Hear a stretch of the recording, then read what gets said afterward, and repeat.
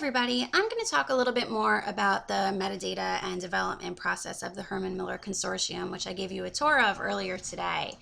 Just a brief introduction, the collection size is 398 records, which basically means that there's 398 distinct items in the collection. To back up those records, there's 669 digital images, often showing the same object with various views, different features it might have. All of those are associated with the individual record. It is a public access collection. It was created by the Herman Miller Consortium, which is 13 museums, and was established in 1988. The repository went live in 2005, and the development process took about 12 months. It was something that they had conceived of earlier on, but unfortunately weren't able to implement until a little bit later. So the time that they were actually acting on it took about a year.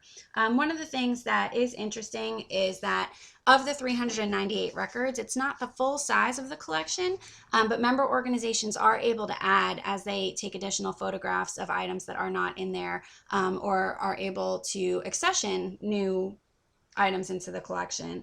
Another thing that I wanted to highlight is that because it is a consortium, it's been a collaborative effort, and it's one of the things that I find most interesting about this repository, especially because when you're dealing with something as precise as metadata, I think maybe the more hands you have in the kitchen, the more complicated it can be, or whatever that analogy is. The other thing that I thought was really interesting is just the duration of getting this project figured out and putting it live online, taking about a year. It shows that digital archives don't necessarily need years to be developed successfully, and I do think that this is a great example of a successful repository. So just to give a little overview of the history, the Herman Miller Consortium was established in 1988. It originated with the Herman Miller Corporate Archives, which they wanted to be able to make accessible publicly instead of just being internal as they were when they were first conceived. In 2003, the consortium did receive a grant to create the online database, which includes descriptive text, images, and metadata records, all of which are accessible to any user online. A working group of the consortium created the schema for the metadata, and one of the challenges that they faced was ensuring that not only it could be mapped to Dublin Core, but also remain compatible with their existing collection management system called Argus. And through that, they've come up with kind of a hybrid of Dublin Core. It does closely match it, but there are some differences, which we'll talk about in a little bit. The main lead organization responsible for maintaining the digital collection is the Henry Ford, and support is provided by Wayne State University, who's currently hosting the collection. Just to give a brief timeline of the Herman Miller Corporation, it was established in 1923, and originally they began manufacturing residential furniture. Obviously, they eventually moved on to focus primarily on industrial furniture, which is a lot of what makes up the collection that we'll see in a little bit. In 1988, the consortium was established with Henry Ford as the lead institution, and currently there are 13 total institutions participating in the group, and they range from all across the country, and they all contribute to the collection. In 2000, the consortium members actually did endorse the development of a publicly accessible digital collection, but unfortunately were not able to move forward with the project at that time due to funding constraints. In 2003, the Henry Miller for the Home provided the consortium with a $20,000 grant, which enabled them to actually begin creating the online public access database to the collection. And in 2005, the website went live, and the ongoing support, as I mentioned, is provided by Wayne State University. Between the time that they received the grant and the completion of the project, the working group did develop some really thoughtful discussion of how they were going to develop the metadata, and I think that the ultimate product is really pretty impressive. As far as any kind of federated searching that's available with this collection, I didn't see it in OAIster, Oyster, or any of the other main ones that you would think of, but there is kind of a miniature version of a federated search. Within the Wayne State collection, there's a collection of 3 different distinct digital repositories, and they comprise the Making of Modern Michigan collection. So through the Herman Miller archives, you can click on an option to search among all 3, and then pick and choose which of the 3 you want. It includes the Changing Face of the Auto Industry, the Herman Miller Consortium, and the Martha Baldwin Diaries.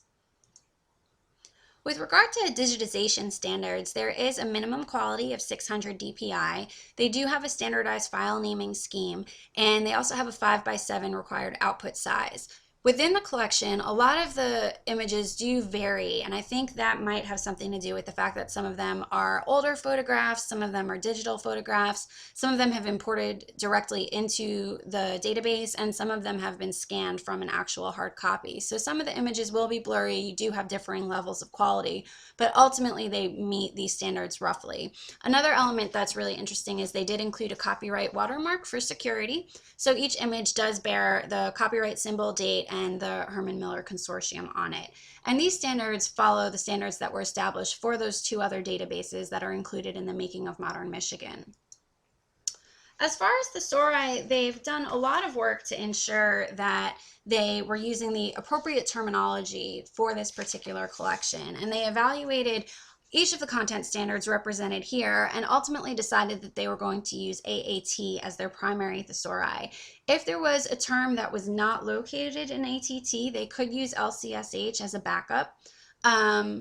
They also had to wrangle with an authorized subject field that was carried over from their Argus content management system. So the new terms that they're using according to these standardized thesauries are also mapped with existing entries in the Argus lexicon. As far as the process of creating their metadata, it was actually very similar to what we've done for the football imaging project. They identified what their left side elements were going to be and made sure that they could map them to both Dublin Core and the existing Argus system. They then added new elements and modified their existing elements to ensure that they were compatible across all three schemas. And finally, they exported and archived the images along their standardized naming conventions to make sure that the collection was cohesive and that all of the information was the same despite being added by 13 different repositories. I just want to talk about the actual metadata schema itself, which I think is pretty interesting. The first thing that I wanted to note is that a number of the different elements that they ended up selecting are repeatable. And it's not necessarily repeatable in the same way that some of ours are repeatable. So I kind of enjoy seeing, two collections of images that could, in theory, have almost identical schemas, but actually for different reasons ended up evolving in slightly different ways. So as you'll see here, the title element is repeatable. In their kind of unique schema, they ended up calling one the object name and the other the Herman Miller trade name. The other one that is repeatable is identifier, and this has a qualifier. One is the object identifier and the other is the institution identifier, and that's going to help them keep track of exactly which institution contributed the image to the repository and help people contact that institution if they need more information or need to access it in a different format. Another interesting feature of their required left side elements is this made field right here, which existed in Argus but does not exist in either Dublin Core or the current web format. They chose to combine two of these to be a repeatable element for creator, which does have a different qualifier. There's actually 3 different ways to represent names based on these different elements. And then had distinct fields within the front-facing web version as well. So it's actually really interesting to see how they took the 3 fields in their existing system and were able to modify them to work with both Dublin Core and what they wanted on the out-facing website. The last 2 required elements are pretty straightforward. They call them description and rights, and basically these are very standard and very similar to what we have in our own football imaging project.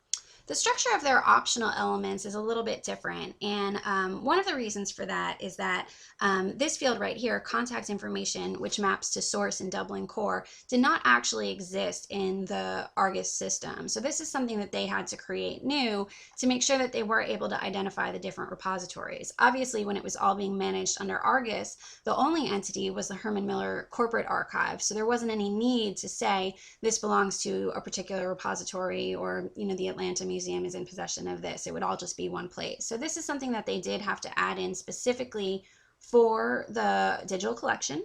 Another point that I think is really interesting is my subgroup included Amy, who was responsible for dealing with our date element.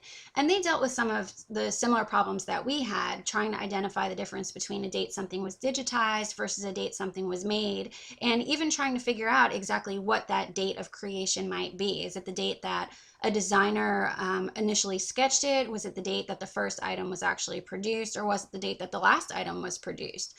So ultimately what they've come up with is date made, and they use it a little bit more generally than us. They are just using a year to go along with that. But it is interesting that some of the problems that we've bumped into, as much as they were frustrating and seemed like the end of the world at the time, aren't really unique. And this is a process that anyone creating a modified version of Dublin Core might experience. For my final slide, I just wanted to give a couple of highlights from the collection. Each one of these images is available in the database, and as you can see, it includes not only images of actual pieces of furniture, but also product literature that accompanied some of the different lines that were produced by Herman Miller. As I mentioned, the quality of the images does vary. You can see on here that some are fuzzier while others might be much stronger and easier to view.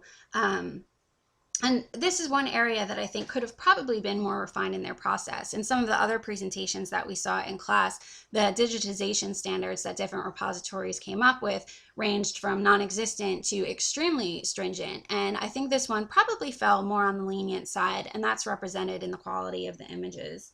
I think a lot of that also might have to do with the many different organizations that were contributing and maybe working off of their own internal standards. So moving forward, I think that that's something that the folks behind this amazing repository might want to consider.